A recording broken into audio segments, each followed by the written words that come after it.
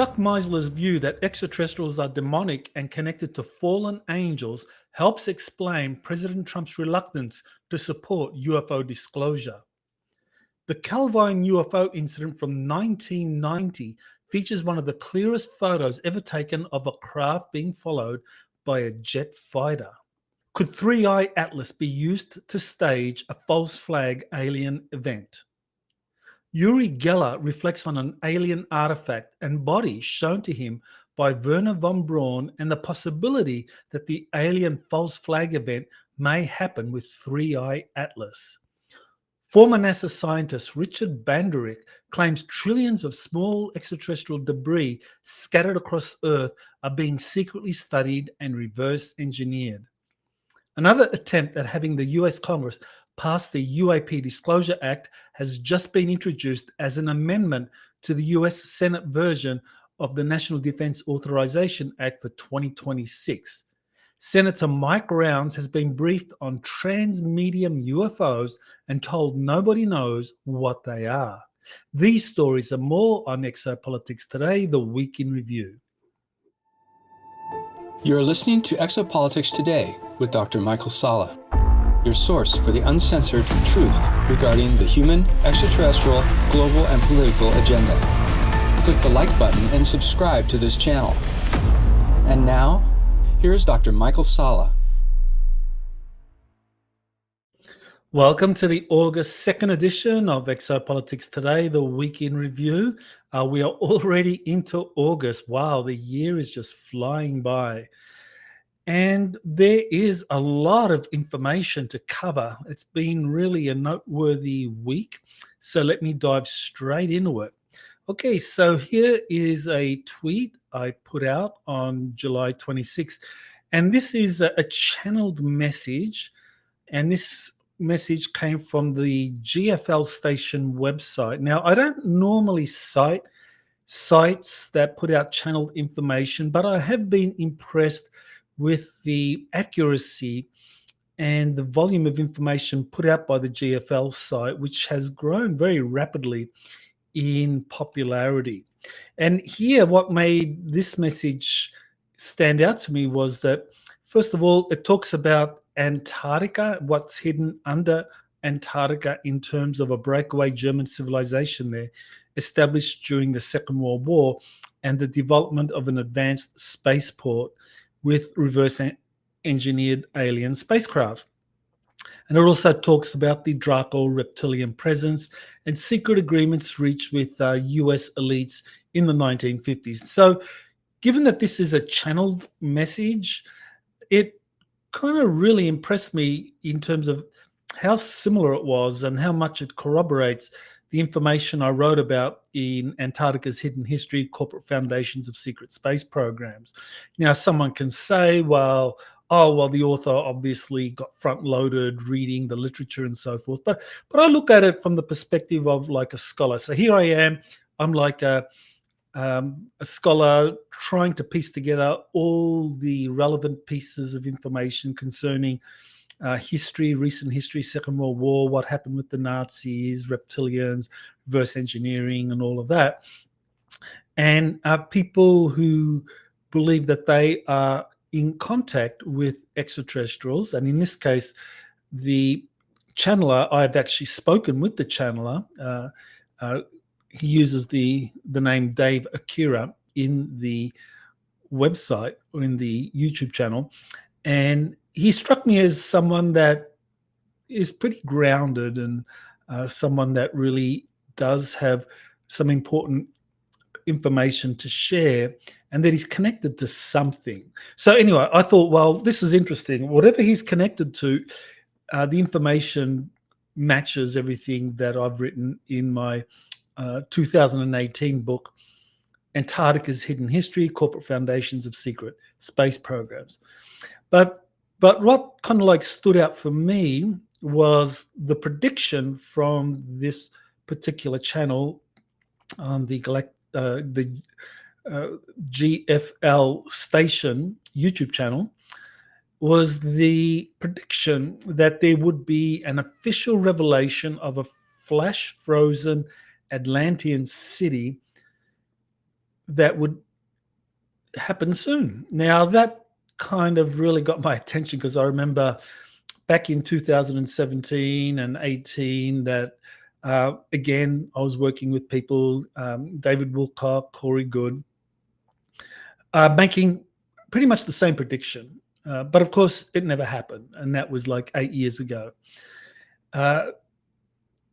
Difference between then and now is that that was during the first Trump administration, and whatever momentum there was for disclosure in that first Trump administration, that quickly got snuffed out, and Trump was his whole agenda was really became all about survival and dealing with the deep state and their concocted Russia collusion hoaxes and investigations and so forth. But this time round, in this second or third third Trump administration, if you want to accept that the 2020 election really did not go as advertised, then in this particular administration, Trump seems to be succeeding in exposing the deep state. And here by the deep state, we're talking about the key officials, whether it's President Obama, Hillary Clinton, former director of the FBI, James Comey, Clapper, the former CIA director, Clapper, and James Brennan, that all these guys are being exposed for their Russia collusion hoax. And these guys are really just the figureheads. I mean, they represent the deep state. So when we talk about the deep state, those guys, and including Obama, represent the deep state. That kind of like power, that permanent institution in Washington that really manipulates and controls elected representatives. And we're talking, of course, as far as Obama goes, we're talking about the role he's been playing since his term as president ended. But really, behind the deep state, there are the ruling bloodline families. People call them the cabal, the Illuminati. They are the ones that are ultimately in charge behind the scenes. People like George Soros, the Rothschilds, Rockefellers, and so forth. Now, will any of those people be exposed and charged as a result of what's been going on? That is the big question. But nevertheless, something does seem to be happening in terms of a collapse of the deep state. And if that does happen, then it is possible that what's buried in Antarctica will be revealed to the world. And that will be a very big development. Here is a documentary that's just been released on YouTube. It's was created by Rice Dalton Morgan. It's called Woomera UFOs, Nukes, and Australia's Area 51. Now, Australia is a huge country. I mean, it's a continent, and you only have like 27 million people living mainly in coastal cities.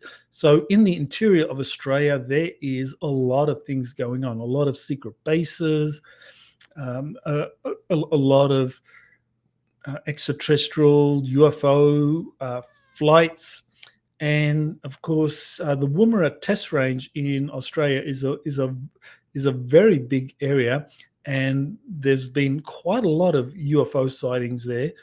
This Woomera area is where atomic weapons were tested, and it's been well documented that wherever you have atomic weapons being tested, that there's often UFO flights nearby to check things out, just to monitor things. But definitely to get an idea of what is happening down under in Australia, this is a good place to start. It's a documentary that you can watch for free on this channel by it's called UFOs Aussie. Well, UF Aussie. And yeah, you can just find out what is known about Woomera Test Range in Australia. So here's another thought-provoking episode of the Y-Files, and this one covers President Eisenhower's meeting in 1954-1955 with rival Nordic and Grey extraterrestrials and a treaty that was eventually signed with the Greys called the Greada Treaty. And it also discusses the MJ12 group. Now, the Y-Files is very good at presenting in a concise way both the pros and cons on any particular UFO issue. So they do the same here. So they present the pros, like what's the evidence saying that President Eisenhower really did meet with extraterrestrials. And AJ is correct in focusing on Eisenhower's farewell address as really being about the growing power of the MJ12 group, which had gone rogue. And there's been two whistleblowers who served under or during the Eisenhower administration who corroborated that very fact, that the MJ12 group had gone rogue and Eisenhower got very upset.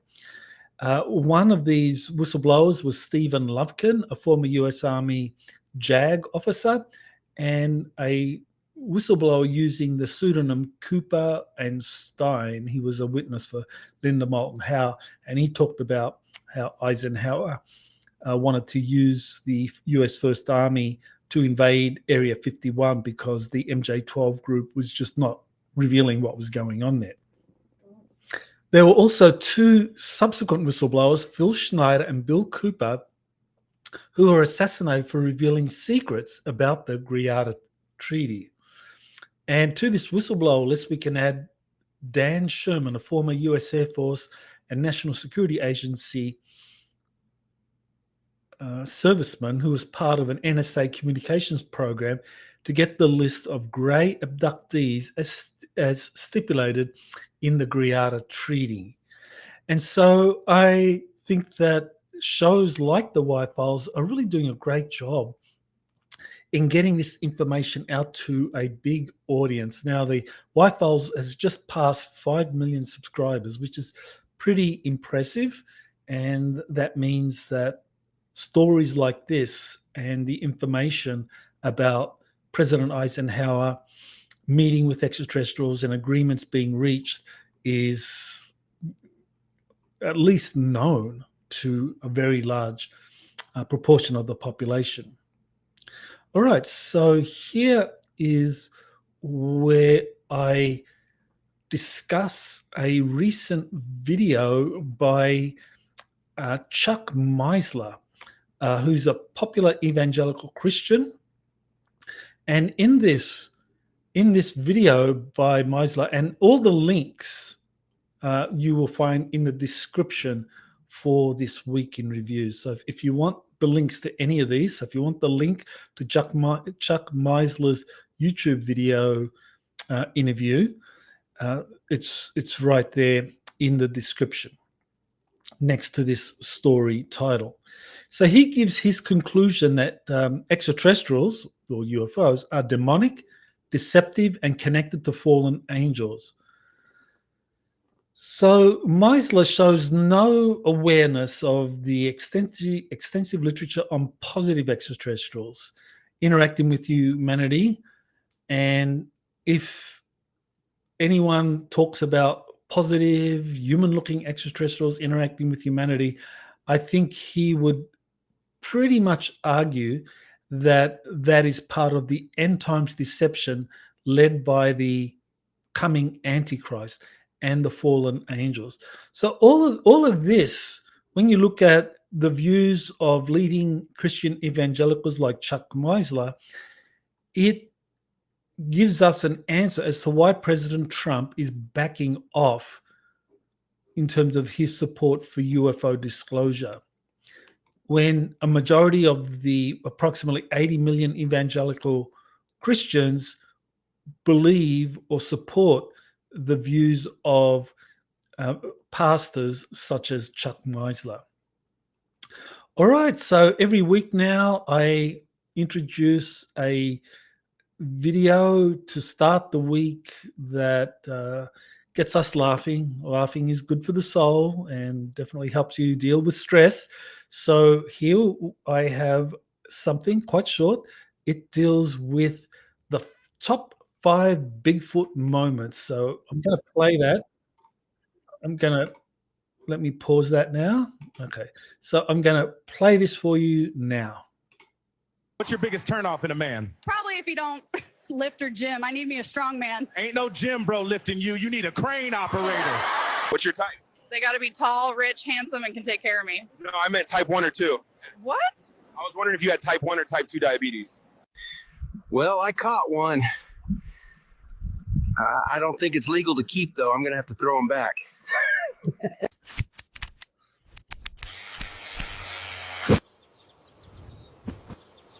Is this good for mosquitoes? No, this is not good for the mosquitoes. This will kill them. All right. Well, I don't know if the dumbass is you or me, but I'll take it. Okay, all right. So there you have the top 5 Bigfoot moments. A bit of fun there. All right, so here we have the Galactic Federation of Worlds leadership has been compromised by AI, ? And this is my interview with Dan Winter. So Dan has been doing UFO research for several decades now. He's one of the veterans, one of the old timers in the field, and he's definitely interviewed a lot of people, and he's got a lot of information. Now, in this interview, Dan talks about the information associated with the Swaru family, allegedly from the Taygeta star system in the Pleiades. He's been following that information since 2017.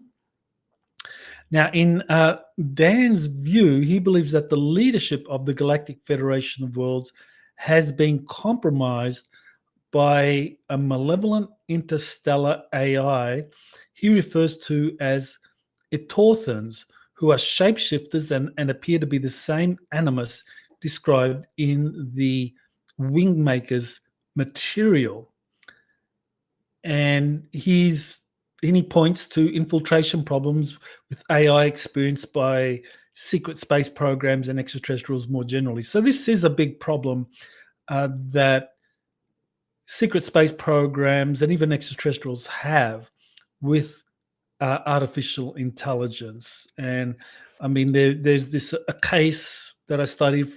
It was called the Friendship Case from 1956 to 1988 in Italy.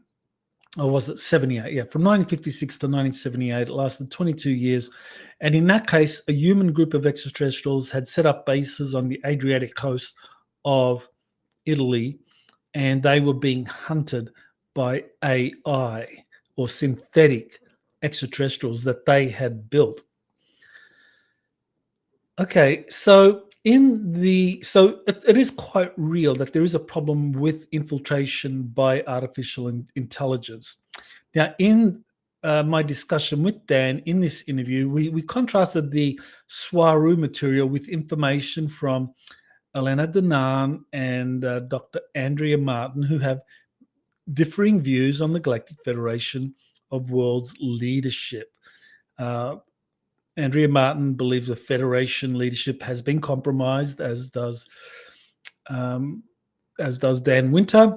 Elena Danaan doesn't believe that, and this is where you get some controversy because you got very different views on this issue.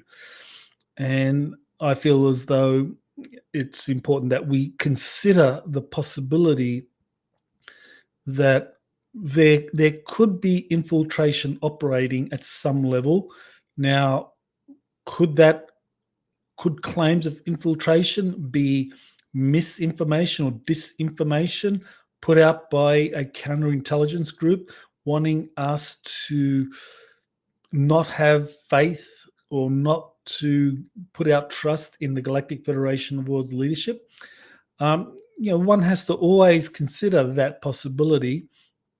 But I think there are decisions made by the Galactic Federation of Worlds Leadership, and I'll be talking about that. I'll be coming back to this later, which a lot of people, frankly, would disagree with. They would say, the Galactic Federation is far too lax when it comes to not dealing with the excesses of the deep state, the bloodline families that are controlling our planet. That the Galactic Federation is far too permissive. Now, is that just a policy stance that they take, or is it because there's been an infiltration? And Andrea Martin talks about this at length, and she says that the infiltration was actually detected, and that the corrupt leaders were removed, and that the Federation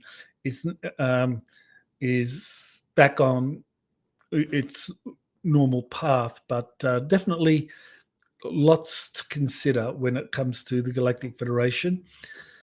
Right, here is a 35th anniversary of the Calvine UFO incident. So this happened in 1990, 35 years ago, and it is a case involving this UFO, this diamond-shaped UFO, being followed by a jet fighter. And these are really impressive photos.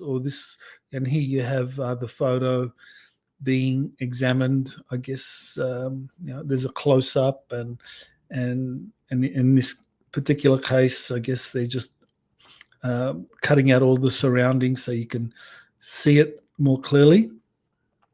And so this is a case where Nick Pope, while he was working with the Ministry of Defense in the United Kingdom, says that he came across it, and it was something that kind of like vanished. The photos vanished at some point, and then later, many years later, they were released again. And so this is a very interesting case. But what got my attention was that it was shadowed by a fighter jet. And so how often do you hear of UFOs being shadowed by fighter jets? I mean, I think there are cases where fighter jets are sent to intercept UFOs, but they don't really get very close. But in the case when you have a reverse engineered craft, I think that might be the more likely scenario here, where you actually have a craft that was built by some military contractor that was being test flighted somewhere in England, and it was accompanied by this fighter jet. So very, very interesting case, and the 35th anniversary of that. All right, so here we get to ThreeI Atlas, and I think ThreeI Atlas, that stands for the third interstellar, that's the I, comet or object to come from out of our solar system into our solar system. So it's called ThreeI Atlas because it was the Atlas Observatory that was used to discover this object. And so there are a lot of rumors, a lot of stories flying around that ThreeI Atlas there's a very real possibility that it might be used to stage a false flag alien event. Now, the idea that ThreeI Atlas is a hostile alien craft is getting quite a bit of mainstream media coverage due to Dr. Avi Loeb. He co-authored a paper that linked ThreeI Atlas to the dark forest theory. And the dark forest theory, that's the idea that the universe is like a dark forest, or the galaxy is like a dark forest, that you go into that dark forest and you will assume that there is probably enemies in there, and so you will go in loaded to the teeth, and you will either hunt or be hunted. There's a lot of kind of like hostile activities in the dark forest. So by linking this ThreeI Atlas to this dark forest theory, what happened was that mainstream newspapers in England and in the United States are saying that ThreeI Atlas represents a hostile alien threat. And that's kind of pretty interesting that you've got these major newspapers doing that. Now, Avi Loeb, he is an intelligence asset. He is someone that rose. He worked for, or he let's just say, he started off as part of Israel's Talpiot program, which is an elite military intelligence program for young, precocious scientists or people of extraordinary talent. And of course, he has risen to very senior positions at Harvard University, chair of the department for some time. And I can't prove this, but I think he is someone that probably works very closely with Israel's Mossad. And that's fair enough. I mean, the Mossad has an agenda, and Israeli citizens like Avi Loeb, they can support that agenda. And I think in this case, Avi Loeb was probably given the go-ahead to put out this idea or seed the idea in the mass public that ThreeI Atlas could be or is associated with a hostile alien spacecraft that's coming into our solar system. Just putting that idea out there. That's all it is. And so mainstream media has covered this in England and in the United States. And he had the New York Post covering it. Well, let's actually, this is a bit long. I don't want to play something that is so long. It's about 3.5 minutes, and that's Avi Loeb talking about ThreeI Atlas. But here is something that I think is worth listening to. This is Jeremy Corbell. And back in January of this year, he says he was approached by someone that told him, and this is before ThreeI Atlas was discovered, he was told that there's a craft on its way to Earth, and that this is going to be a lie. So let's listen to what Jeremy Corbell has to say about this craft on its way to Earth and what the link is with ThreeI Atlas. But the lie is coming. All indications, like all of them, is that lie is going to be that there is a craft slowly making its way to us here on Earth. And that is the lie they're going to want you to believe. It's nuanced, how they explain that, the nature of that threat. But that 100% is the lie you are going to be told. You even got a date. People have been whispering a date for a long time now. I know where that lie comes from.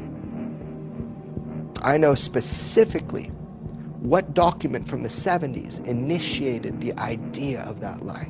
A classified document. That is the lie you will be told. You're going to be told that there is a craft on its way, but the lie is coming. All right, so there you have Jeremy Corbell saying that he was told that there's a craft coming our way, and that's going to be a lie. And I think this lines up very well with the arrival of ThreeI Atlas and the way in which mainstream media is starting to cover this, giving attention to people like Avi Loeb, who frame it in the sense of this dark forest theory, where the dark forest is a very dangerous place, and that this craft is behaving in a way of an extraterrestrial civilization that is visiting or perceives itself to be in an environment similar to a dark forest, so therefore it has to be assumed that it's going to be hostile. That if you meet anyone in a dark forest, you have to assume they're going to be hostile. They're going to hunt you, kill you, and so the implication here is beware. And I think that Jeremy Corbell is talking about this as something very, very serious. That's very credible. So this takes us to Yuri Geller. Now, Yuri Geller, he reflects on an alien artifact and the body shown to him by Werner von Braun, and that was something he's discussed for many, many years. It's been out. People have been talking about it for years. But what's interesting here is that he talks about a coming alien false flag event, and von Braun warning Carol Rosen about this final card that the deep state will play. So I'll play this for you so you get to hear what Yuri Geller has to say about this false flag event and how it links to ThreeI Atlas. Hey, my dear friends, look at this. 135,000 miles per hour space object may be hostile alien craft set to attack Earth. Is 12 miles wide. Please read my message carefully and leave comments. Let me know what you think. Okay, so there you have Yuri Geller, a very skilled psychic, very world-famous psychic. He's been in the news since the 1970s, for well over 50 years. He's been putting out information to audiences, and his accuracy is very, very high, and he's got an incredible CV. And he's also worked with the Israeli intelligence community, Mossad, and so forth. But he's putting out the information that this ThreeI Atlas, that it is very likely linked to this hostile alien false flag event that Werner von Braun warned about. So again, we need to pay attention to all of this. Okay, so here is something that it's a video, a presentation by Dr. Stephen Greer, exposing dangerous alien hoax. Catastrophic disclosure, Dr. Stephen Greer. And Greer is really criticizing the UFO threat narrative that is being pumped out by the mainstream media, by UFO researchers, by members of Congress, and so forth.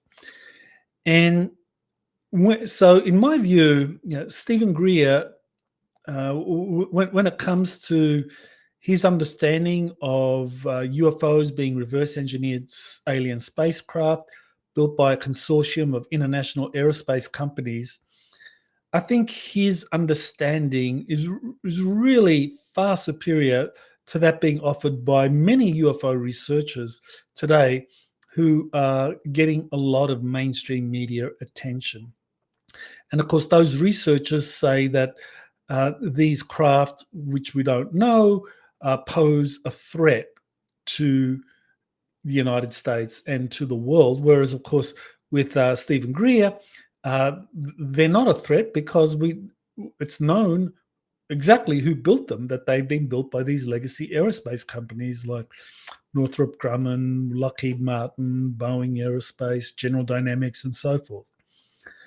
Now, here's the problem here. It's, despite the many dozens of whistleblowers discussing reverse-engineered alien craft, or ARVs, whose testimonies Greer has made freely available, UFO researchers and whistleblowers such as David Grush, Dr. Eric Davis, George Knapp, Jeremy Corbell, Louis Elizondo, Chris Mellon, etc., continue to mistakenly claim there's no evidence that UAPs are reverse-engineered spacecraft.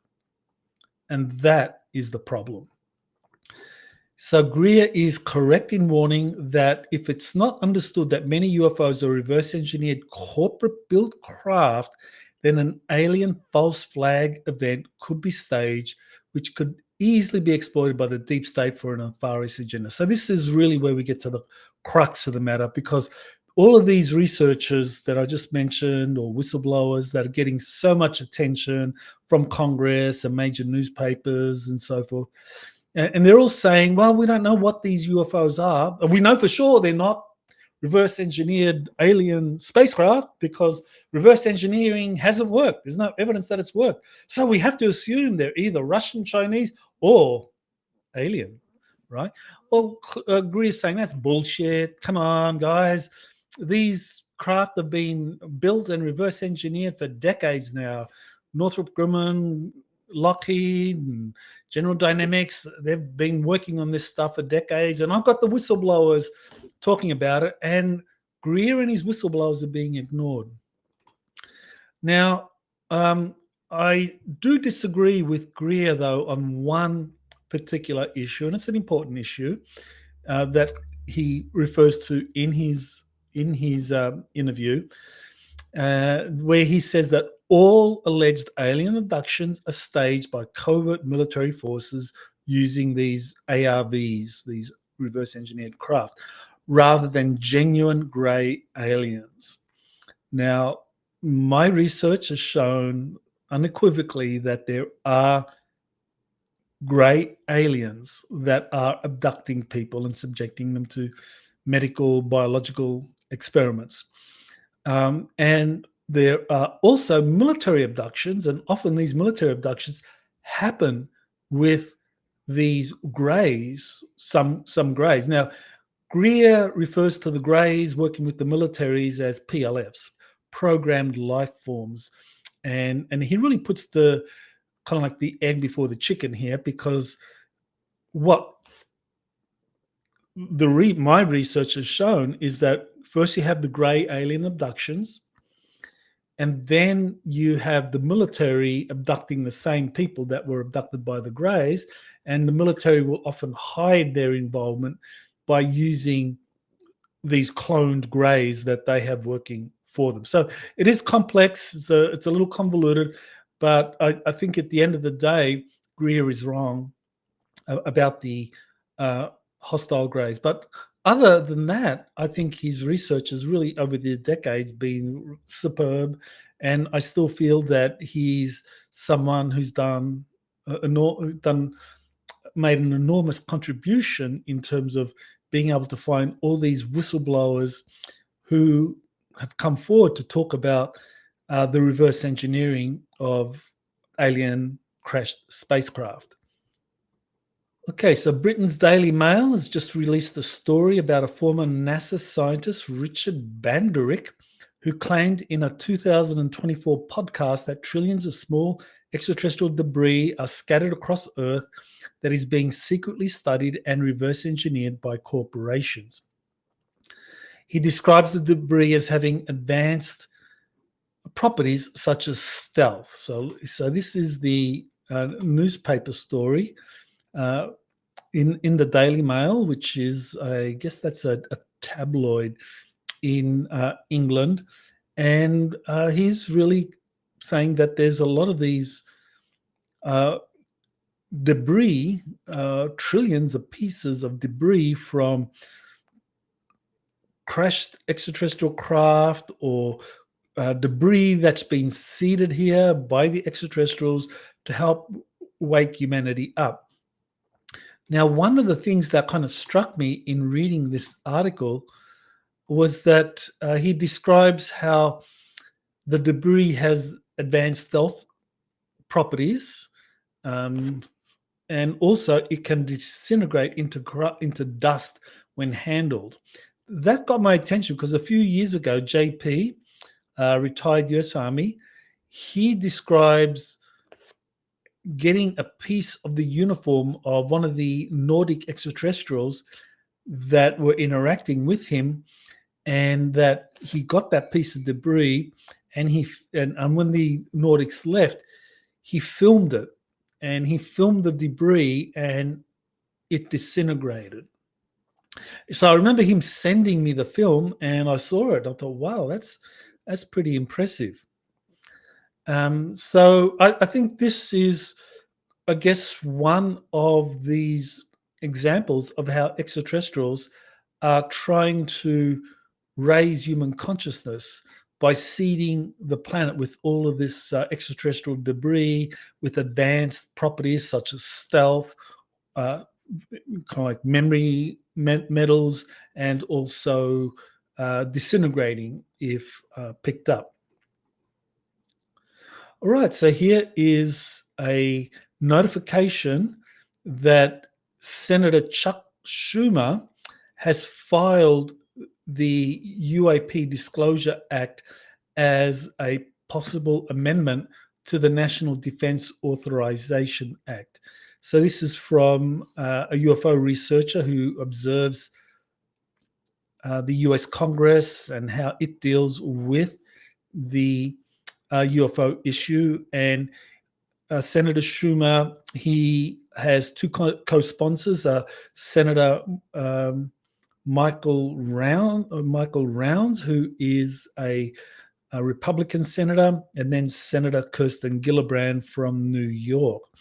So all three have submitted the UAP Disclosure Act to the US Senate for inclusion into the National Defense Authorization Act for 2026. So at some point, the US Congress or the Senate will vote on this amendment, probably include it. And then what will happen is that the House of Representatives will pass its version of the National Defense Authorization Act. And then if it doesn't have anything similar to the UAP Disclosure Act, then there'll be some reconciliation, or there'll be a congressional process to there'll be a congressional process to kind of see if they include it in the final bill that goes before President Trump. So what's going to be interesting to see here is whether House Republican leaders sink it again, because that's what happened for the last 2 years. The leaders of the Republican leaders of the Defense Congressional Committee and the Intelligence Committee were opposed to the UAP Disclosure Act, and so the House didn't include it, and it was nixed during the reconciliation process, where the leaders from the Senate and from the House of Representatives kind of like go through all the differences.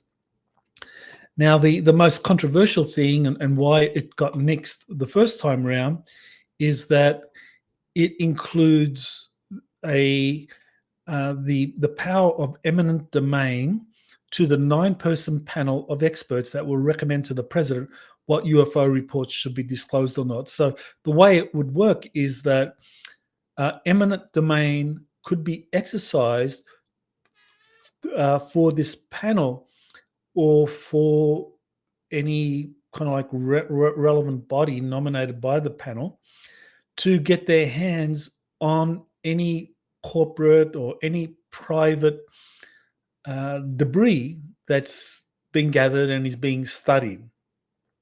So this presumably is why the legacy aerospace companies were opposed to the UAP Disclosure Act in the last 2 years, and I think the same reason will apply this year. So whether it gets passed this year or not, ultimately is going to come down to whether or not the President Trump is going to intervene and support it, because if he doesn't, then I'm sure the legacy aerospace companies will ensure that this UAP Disclosure Act fails and never sees the light of day. So here's an article that I wrote on the topic of Galactic Federation is mentoring humanity not to manifest nightmares in our 5D galaxy. So this is an article I wrote when I watched a video, one of the early videos put out. Actually, a couple of videos put out by the Swaru channel called Cosmic Agency. And it has really fascinating information, which I think kind of helps us reconcile. Earlier on, I discussed whether or not the Galactic Federation had been infiltrated or not, and you have different opinions. I think this particular article helps us reconcile those two different positions in a way that makes sense to me, at least, that the Galactic Federation is really mentoring humanity not to manifest nightmares in our 5D galaxy. So what the Swaru material proposes, and which I discuss, is that our galaxy predominantly operates at a 5D level, 4D, 5D. That's fourth density, fifth density level. And the difference between fourth and fifth density and third density is that our wishes, our aspirations are harder to manifest in third density. Whereas in fourth density and fifth density, it's much easier, much faster to manifest your dreams, your intentions. And so that really addresses or raises the importance of one's subconscious. If you have like a lot of unresolved traumas, nightmares, and you go out into the 5D galaxy, which is predominantly peaceful, with advanced civilizations that are all part of a galactic federation or collaborate with one another to resolve problems peacefully, then you're going to manifest nightmares. You're going to manifest aggressive, violent, weapons-based, bellicose activities because you haven't resolved your 3D nightmares. So what the Galactic Federation has done, according to the Swaru material, and as I understand it, is that after the regressive extraterrestrials were kind of like forced to leave the Earth and our solar system, the Galactic Federation pretty much maintained the 3D system or the 3D prison planet that has been kind of discussed in the literature by many people. So with this kind of 3D prison planet, we're locked into the Earth and our solar system in terms of doing the things that we do as a kind of like aspiring space civilization, but we're not really allowed to go out into the deeper solar system to interact with others because we still have these unresolved nightmares, and we manifest those on Earth. So what's happening on Earth in terms of the wars, the famines, the poverty, the exploitation, the sickness, and so forth. All of that is a manifestation of collective nightmares that we as a species have been manifesting for decades, centuries, even millennia, because we've been controlled by these bloodline ruling families who manipulate us into manifesting this. I mean, this many people have talked about this, about how the ruling bloodline families are really like black magicians, and that they are very good in getting us to manifest our own prisons. And that's what's been happening on Earth. So apparently the Galactic Federation is playing this role now of mentoring us to help us wake up that, hey, you have this deep state, these ruling bloodline families that are manipulating you into manifesting your nightmares. And you have to deal with them. You have to remove them from power. And once you've done that, then you will be able to join us in the galaxy. So in my article, I liken it to the situation depicted in the 1957 movie Forbidden Planet, actually 1956 movie, Forbidden Planet. Certainly was I remember watching this growing up, and it was one of my all-time favorites, this movie, Forbidden Planet. It's a classic. I mean, it's what is it now, 70 years old, almost 70 years. But yeah, it talks about how a civilization on a planet in another solar system was wiped out because they developed technologies that would manifest whatever it was that was in people's minds. And so, according to the information from Swaru, we as a civilization are at that point where, we have all of these collective nightmares that we haven't resolved. And until we resolve that, we would be a menace in the 5D galaxy. So I think this is a very elegant explanation for why it is that the Galactic Federation has not allowed disclosure to go forward, because the Swaru material makes some surprising statements, really saying that the Galactic Federation is in charge. And that's matched by what President Donald Trump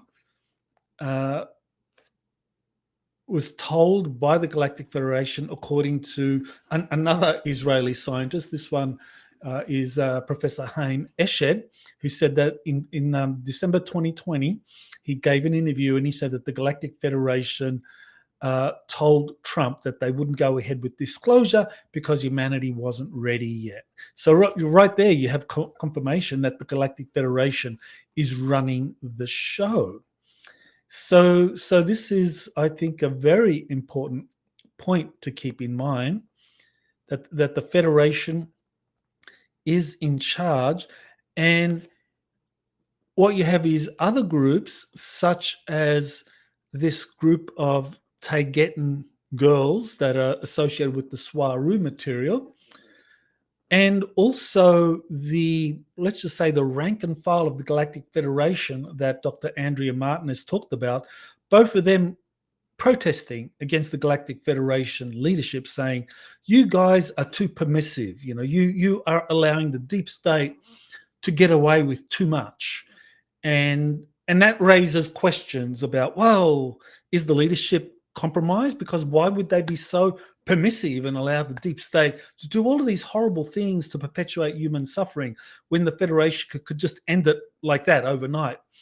And of course, the Federation is taking the position that, well, no, we are mentoring humanity. We are really making sure that they learn how to deal with their collective nightmares, their subconscious nightmares, that the deep state and the kind of ruling bloodline families that have been nurturing these nightmares all this time, that it's up to the rest of humanity to work out what's going on. So really what we have here, I think, is a policy dispute between, and I think it's well-intentioned. I think the leaders of the Galactic Federation, I think they have their reasons for why this needs to be done. I believe the Andromeda Council is a part of that.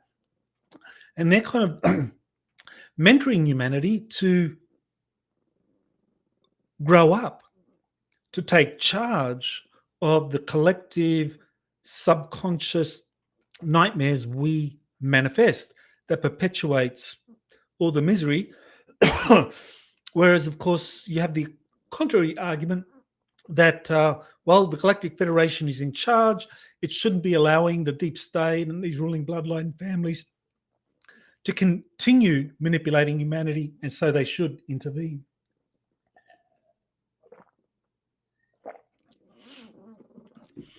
So, I think this article really does help reconcile those two very different positions, and I think both are very legitimate positions, and I really just want to present those to you because I think a strong case can be made for either one, and people on both sides of that debate do make a strong case and can get very passionate about it.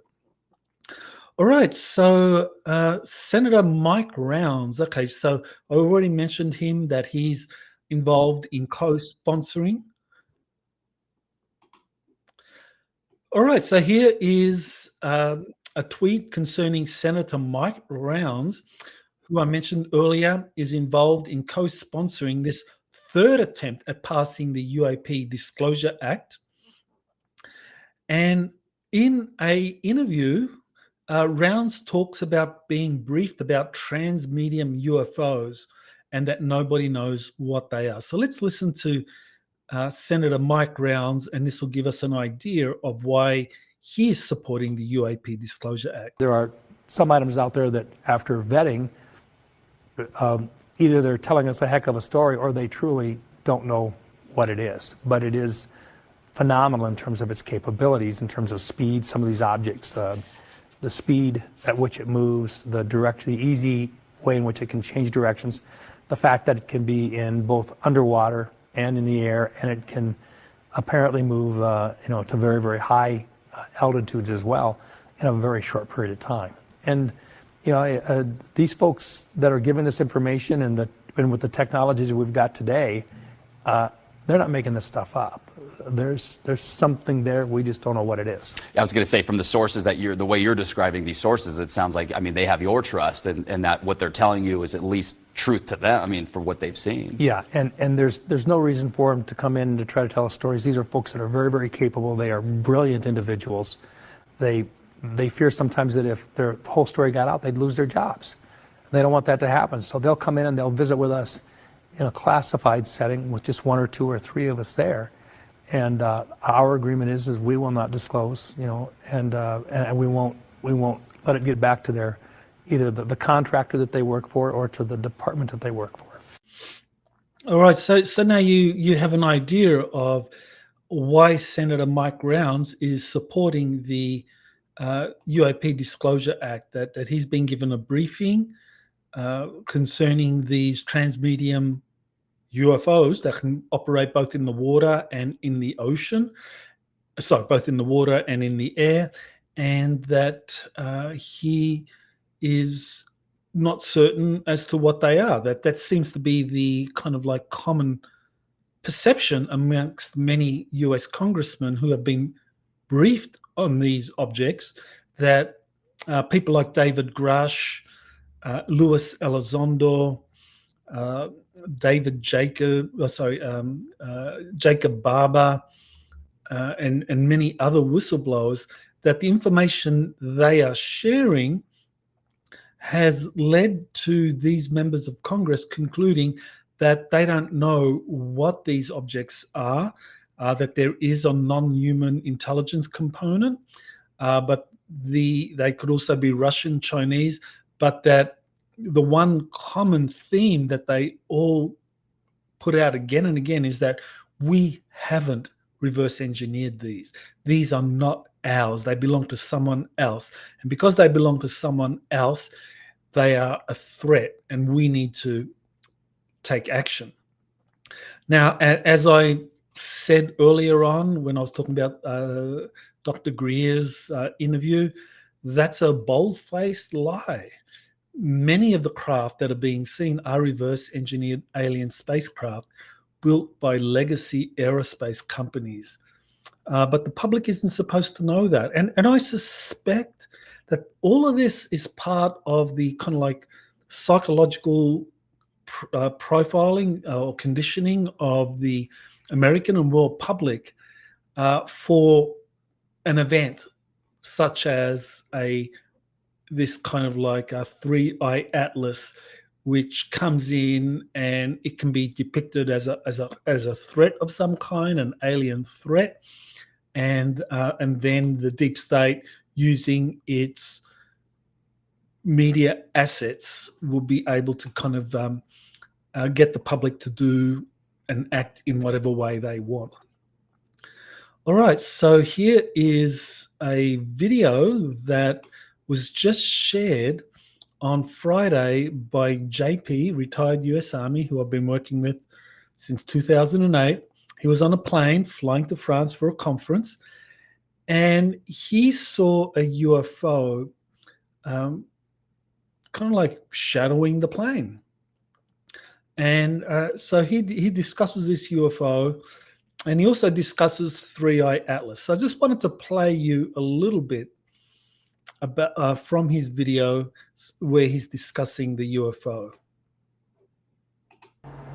So I'm going to narrate a little bit what was happening here.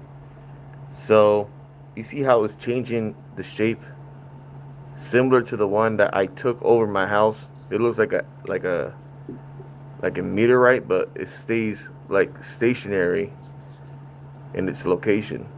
And we zoom in. Look at that. Look how beautiful that ship becomes.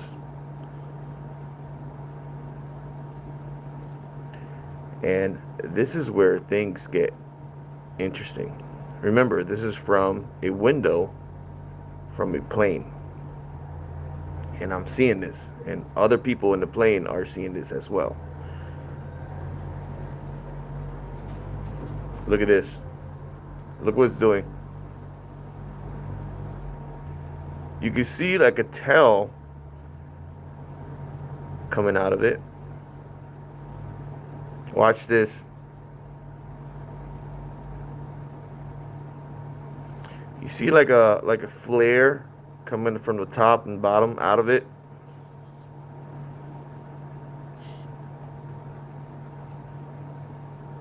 And you see those little sparks that you can see from the bottom or on the left hand side of it.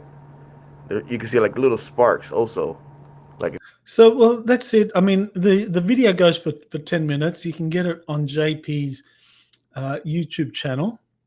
And this is something that you can watch at your leisure. He discusses a UFO that was first seen over his home. He also discusses ThreeI Atlas and information he's getting from people that there could be an alien invasion narrative associated with ThreeI Atlas, or that it's activating craft, which is what he was briefed about. So that's very interesting, that video that JP just put out. I got the link in my Twitter feed, and again, just go to the description and you will get that information. All right, well, here is another episode of the Y-Files, and I thought this one really did a great job in presenting the both the pros and the cons of the Bujej Mountains chamber or Hall of Records discovery in Romania in 2003. And I think AJ, the narrator, did very well in describing and illustrating the various aspects of the first Radu cinema book, Transylvanian Sunrise, describing the life of Caesar Brad, the discovery of the chamber in Romania, in the Bujej Mountains, and Caesar Brad's role in exploring its contents. And Caesar Brad was the individual with unique gifts and talents and a frequency and consciousness, which enabled him to essentially go into that chamber and deactivate the frequency fields or the force fields, protecting it from outsiders.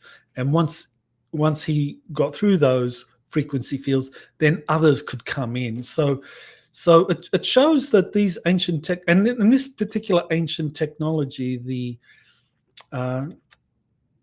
Hall of Records, from the get-go, Radu Cinema describes how you have the Freemasons exercising undue influence over it and the contents.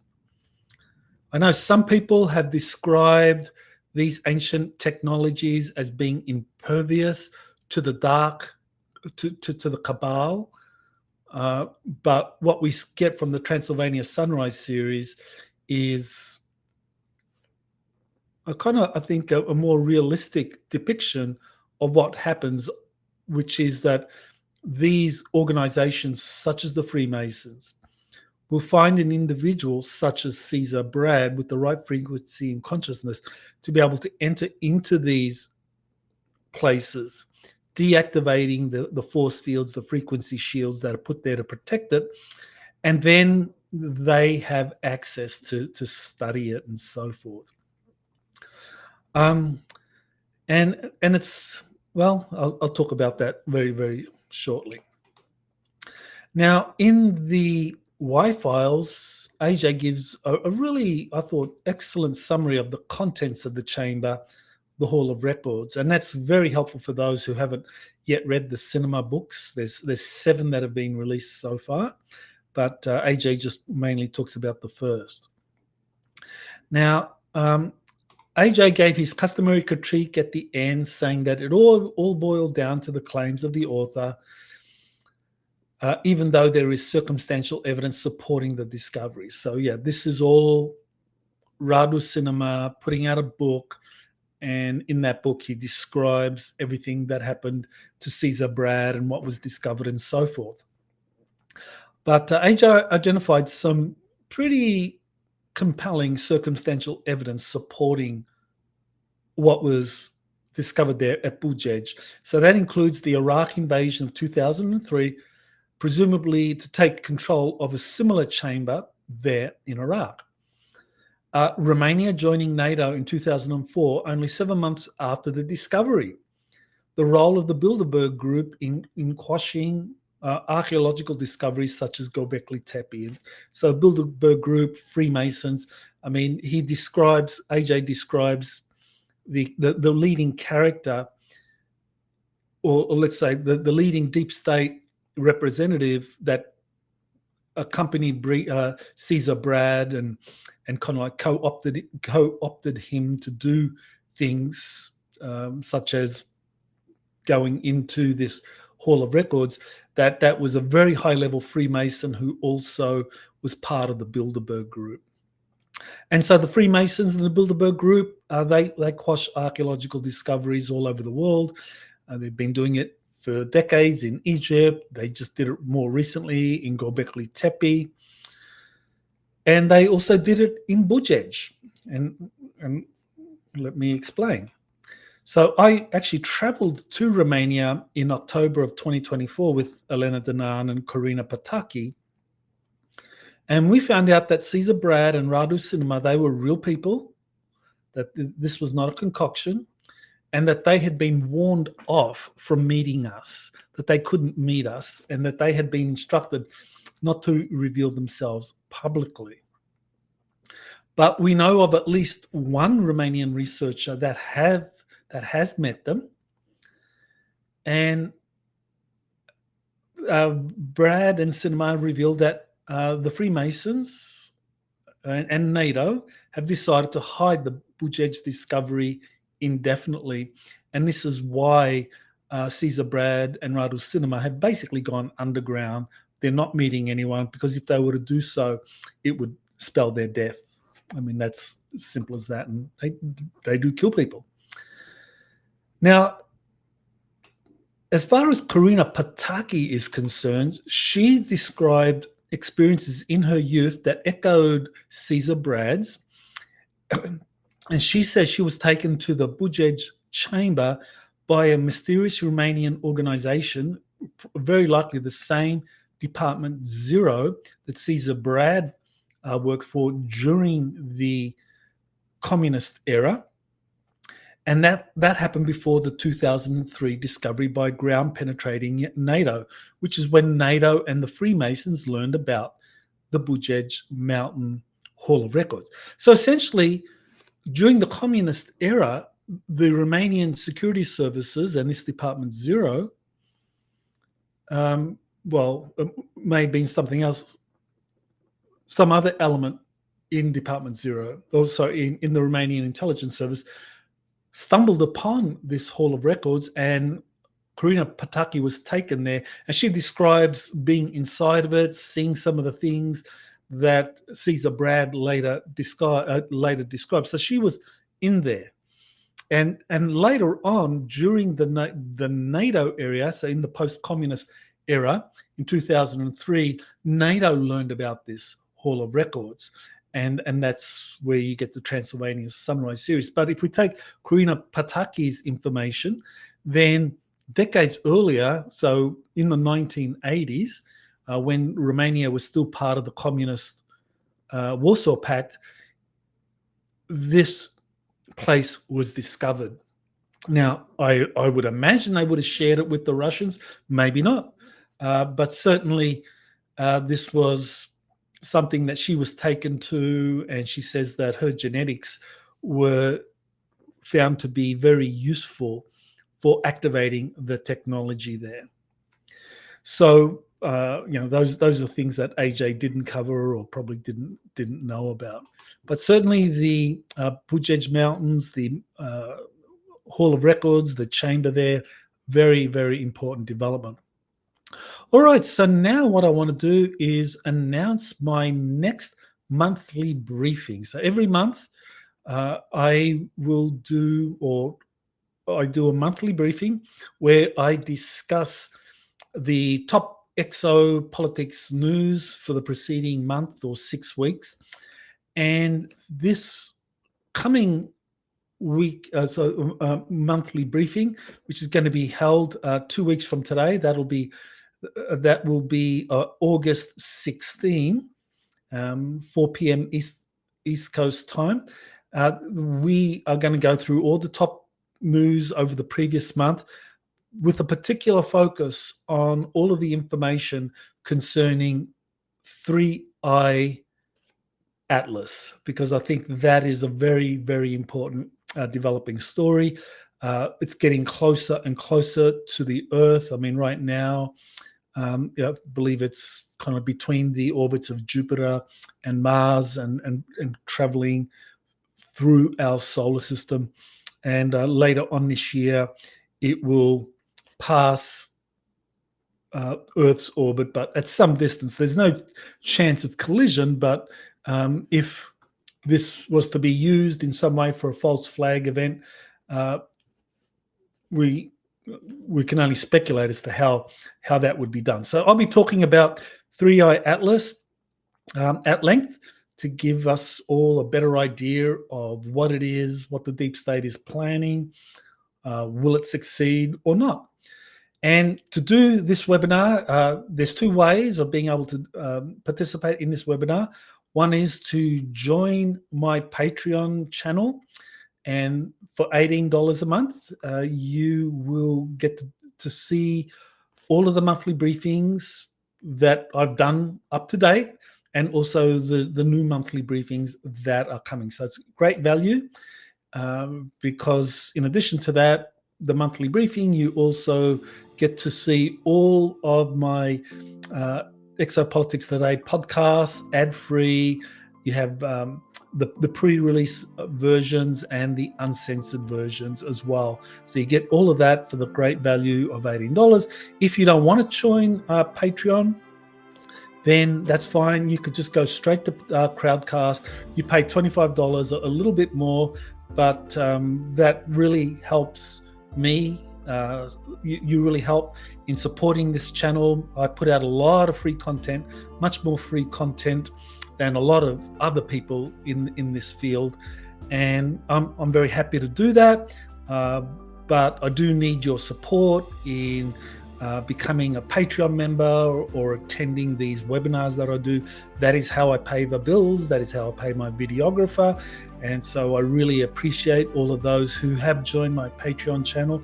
Thank you very much. You're a blessing to me and my life in being able to do the thing that I love doing, which is putting out a lot of information to people for free, as far as the interviews and so forth are concerned. The briefings, that is where I get to talk to you